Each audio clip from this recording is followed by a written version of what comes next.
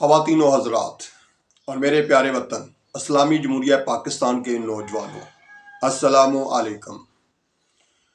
آغاز کرتے ہیں اس رب کے نام سے جس کے قبضہ قدرت میں ہماری جان ہے، اور اس کے بعد درود شریف کا ہدیہ پیش کرتے ہیں حضرت محمد مصطفیٰ صلی اللہ علیہ وآلہ وسلم کے حضور۔ صلی اللہ نبینا صلی اللہ محمد صلی اللہ شفیعنا صلی اللہ محمد۔ سچے مسلمانوں اور پیارے پاکستانیوں، آپ کا بے حد شکریہ کہ آپ وقت نکالتے ہیں، ویڈیو کو غور سے سنتے ہیں، صرف سنتے ہی نہیں بلکہ ساتھ ساتھ اس پر عمل کرنے کی کوشش بھی کرتے ہیں، کیونکہ بہتری آ سکتی ہے، اچھائی بڑھ سکتی ہے اور کامیابیاں مل سکتی ہیں، وہ سارا کا سارا ذریعہ عمل کرنے سے ہے۔ سنتے ہم بہت کچھ ہیں، جانتے بھی بہت کچھ ہیں، باتیں بھی بہت کرتے ہیں، لیکن جو سب سے بڑی خامی ہے وہ ہے کہ عمل نہیں کرتے۔ تو ہم عمل کرنے کا عزم کریں گے اور ساتھ ساتھ اس پر عمل کر کے اپنا اور آنے والی نسلوں کے لیے بہتری کی زندگی ترتیب دیں گے۔ تو میرے پیارے پاکستانیوں، حسب روایت آج بھی ہم ایک حدیث پڑھیں گے، اس پر غور کریں گے، سوچنے اور سمجھنے کے بعد سب سے بڑی بات کہ عمل کرنے کی کوشش کریں گے۔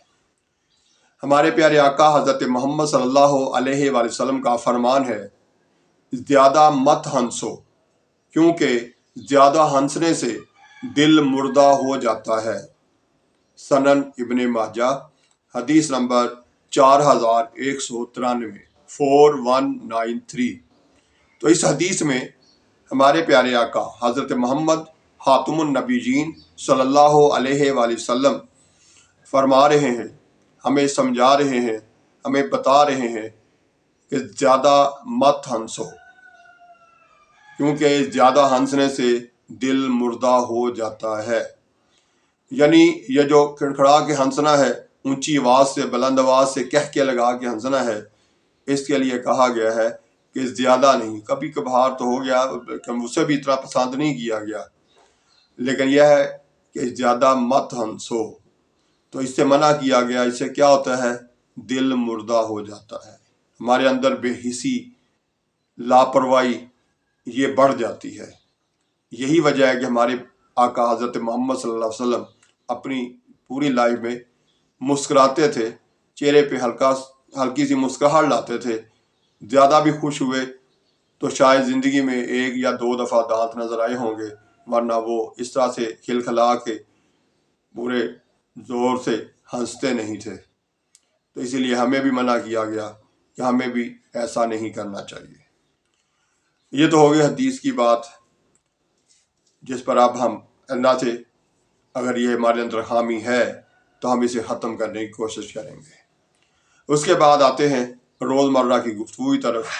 تو آج کل حالانکہ میرا بھی جاتا ہے، میں نے پہلے فیصلہ کیا تھا کہ کبھی کبھار آپ کو کوئی لطیفہ بھی سنایا کروں گا، کبھی کوئی ہنسنے کی بات بھی کیا کروں گا، لیکن آج کل جو ہمارے حالات چل رہے ہیں، خاص طور پر فلسطین میں فلسطینیوں پر، جو ہمارے بھائی ہیں، جو ہمارے مسلمان ہیں، ان پر جو ظلم ہو رہا ہے، یہ ہنسی مذاق جو ہے یہ بالکل ہی بھول کے رہ گیا ہوں۔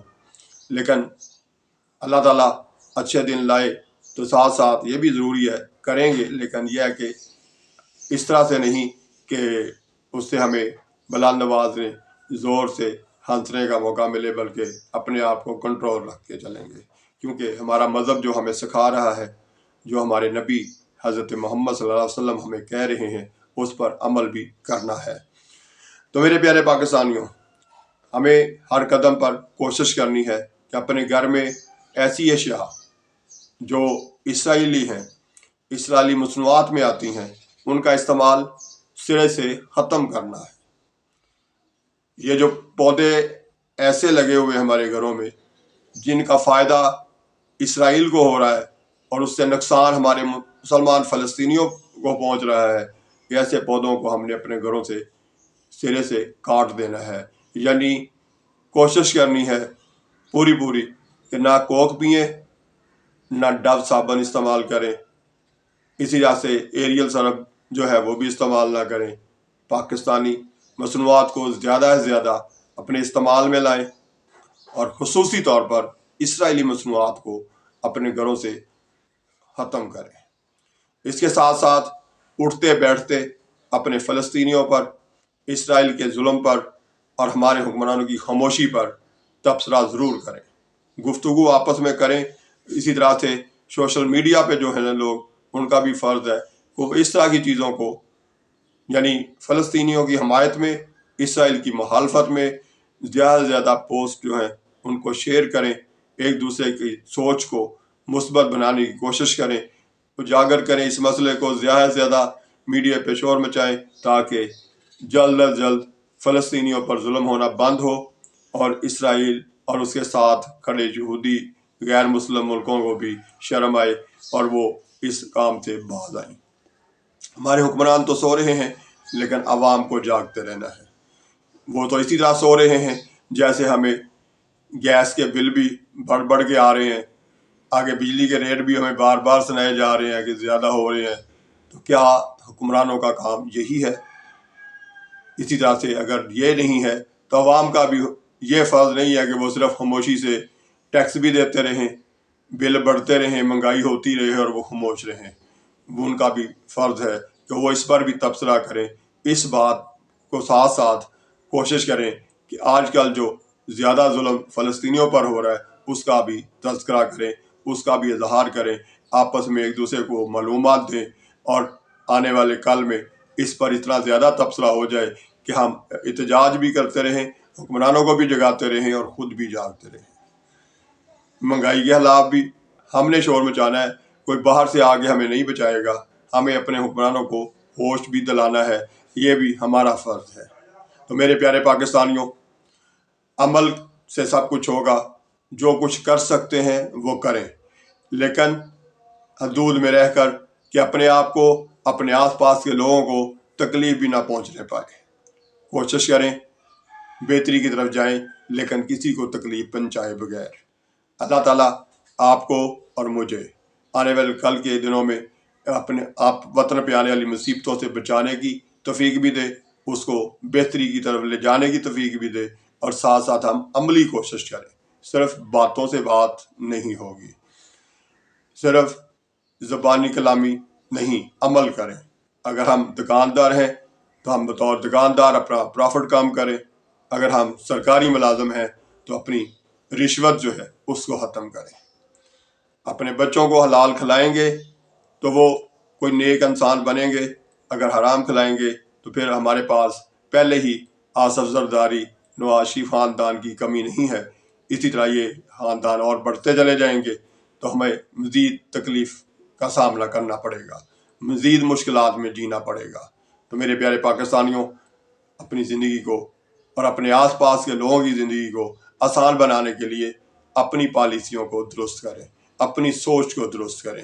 یہی ہماری، یعنی ہم سب پاکستانیوں کی کامیابی ہے. اللہ تعالیٰ ہمیں عمل کرنے کی توفیق دے اور قائم رہے میرا اور آپ کا پیارا وطن پاکستان، اور خوشحال رہیں ہم بھی، اور ایک دوسرے کا خیال رکھتے ہوئے آگے بڑھتے چلے جائیں. تو یہی زندگی ہے. اللہ تعالیٰ ہم سب کو توفیق عطا فرمائے. آئندہ ویڈیو تک کے لیے اللہ حافظ. پاکستان زندہ باد.